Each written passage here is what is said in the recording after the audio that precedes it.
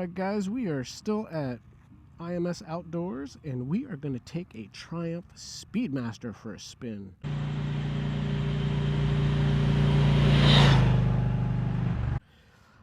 Never really thought much about riding a Speedmaster, to be honest.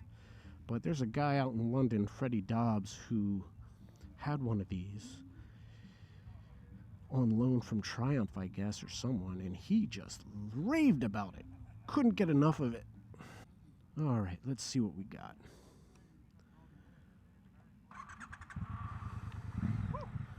Nice beach bars. It's in neutral. This is basically a Bonneville in full cruiser form.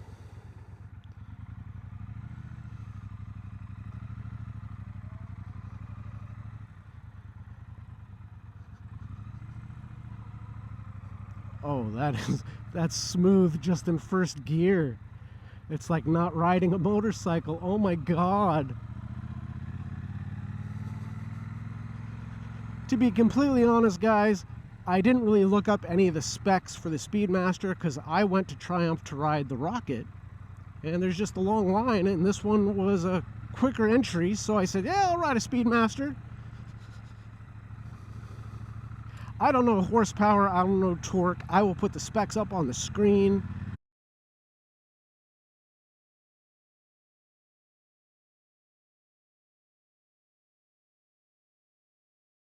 And I'm telling you, in second gear, 20 miles an hour, I'm already a fan. All right, now we're going to see what this has got.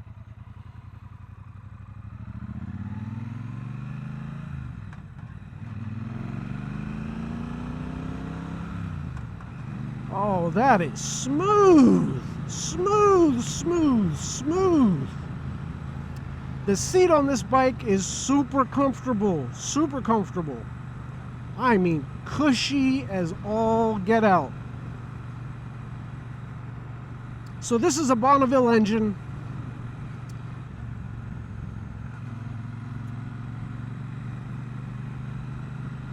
Real nice. Look at that. It's super, super nimble for a bigger bike. I mean, bigger bike. It's the size of a Scout, basically.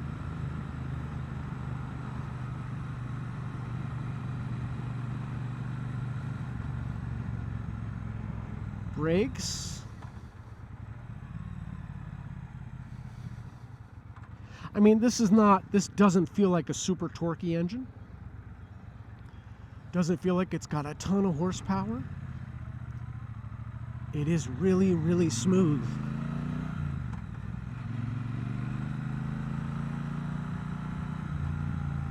Sounds nice. Let's get the vents open so you can get that exhaust sound. Yeah. Rider position is comfortable. They're forward pegs, but kind of in between forward and mids. These beach bar handlebars are different. You know, your hand is kind of sideways, not out in front of you. I kind of dig it. For rider modes, it has rain and road. We're just keeping it in road mode.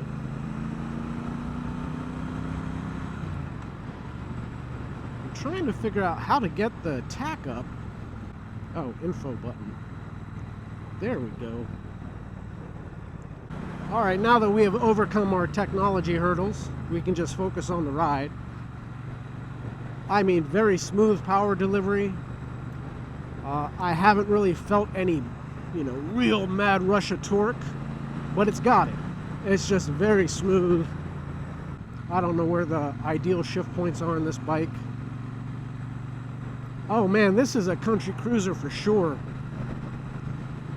You know, you get a handlebar riser, bring these bars back a little bit, and man, you could be on this all day long. I can just tell. I can tell. The seat is so comfortable.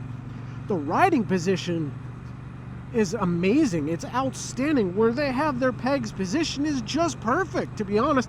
This is far more of like my Challenger riding position with those big floorboards, to be honest. You know, the Challenger has forward controls. Those floorboards are so big, my feet are quite a ways back from the controls. It's pretty similar to what I'm feeling here.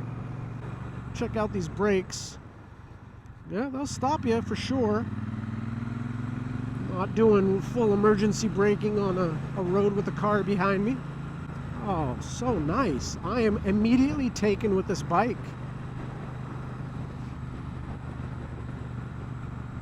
That's a great feeling. You get on a bike you know very little about and you immediately like it. That's awesome.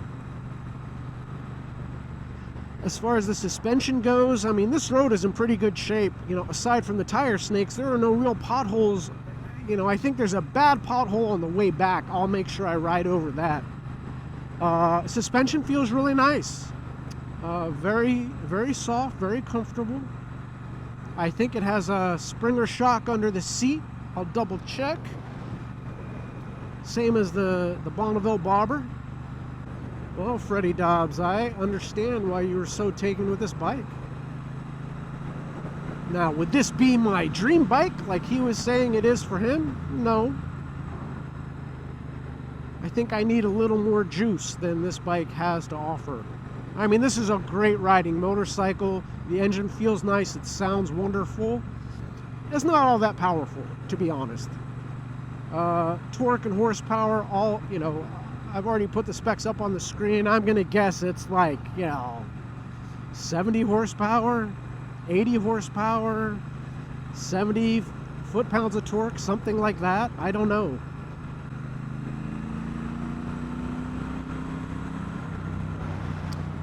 You know, I have a little bit of a sense of being on top of the bike instead of in the bike, but on this motorcycle, that actually works really well. It doesn't feel unnatural. It doesn't feel uncomfortable. It feels great.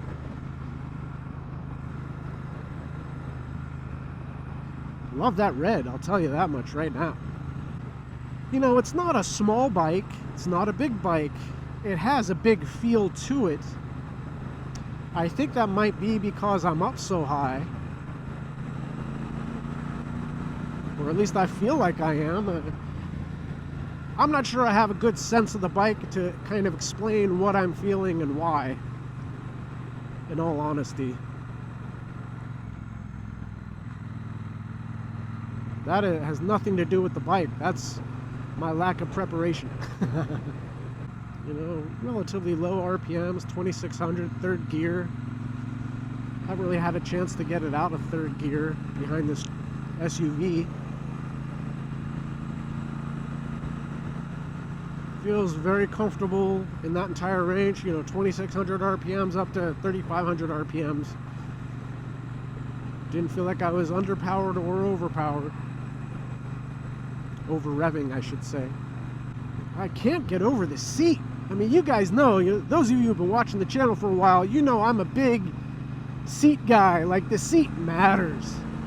You know, it's, I would say it's, you know, along with your hands, it's your most immediate input into the bike. If the seat's terrible, you're not going to enjoy your ride.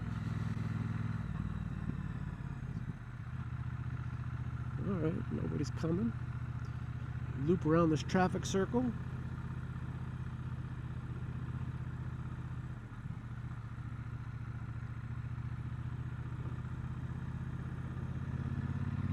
Leaning, I mean, I don't know.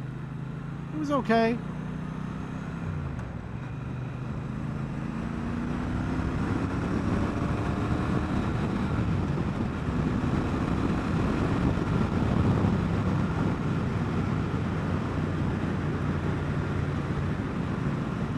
Yeah, I mean, 70 miles an hour down this road, bike feels perfectly stable, fourth gear. Fifth gear at 60, it's fine.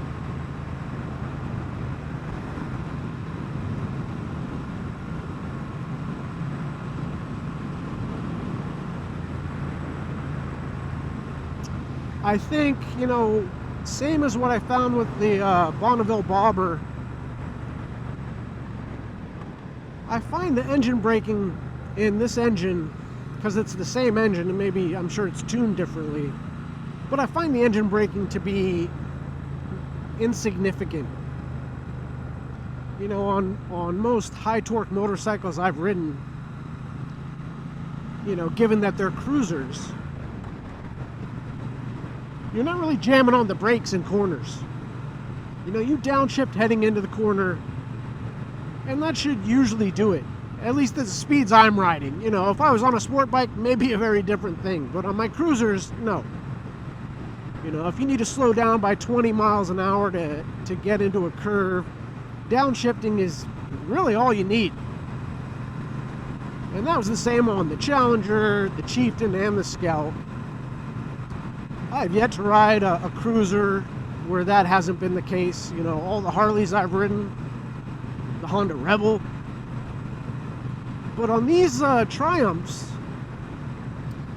they're just lacking that kind of power in reverse, I guess is the way I'd say it. It's different. It doesn't make the bikes less enjoyable. It just makes them different. And this bike is eminently pleasing. Feels very light.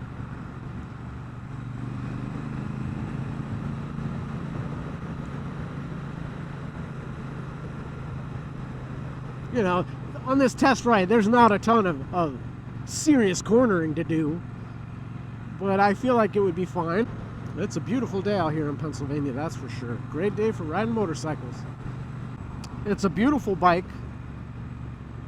You know, when it comes to that angle of motorcycling, you'd be proud to ride this motorcycle, that's for sure. Now, this is the new Speedmaster for 2021. I'll have to go and see what were the main differences between this and the older version. I think they upgraded the engine to just go with what's in the bobber. I could be mistaken. You know, I watch so many videos on so many different types of motorcycles. I can't keep it all straight. Got that big pothole coming up. You see how the Speedmaster handles it.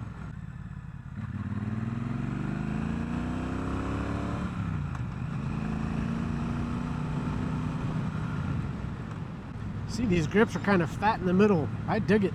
They feel really nice. Here it is. Oh, man, that hurt. I heard a ding from the front wheel. Oh, that was terrible. Oh my God. We hit that, it's like a bump in the road followed by a manhole cover. Oh my God, I heard the front rim ding off the manhole cover. That can't be good. And you felt it everywhere. That didn't feel good at all. In fact, I rode a Fat Boy last night.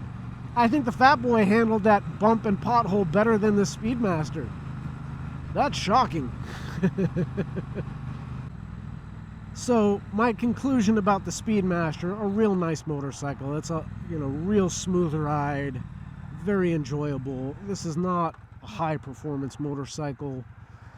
Challenger blows it away in every category. Obviously this isn't a bagger, but just in terms of what you feel on that motorcycle, it has nothing to offer it. But I would say an Indian Scout is superior to this in terms of the feeling of power and torque.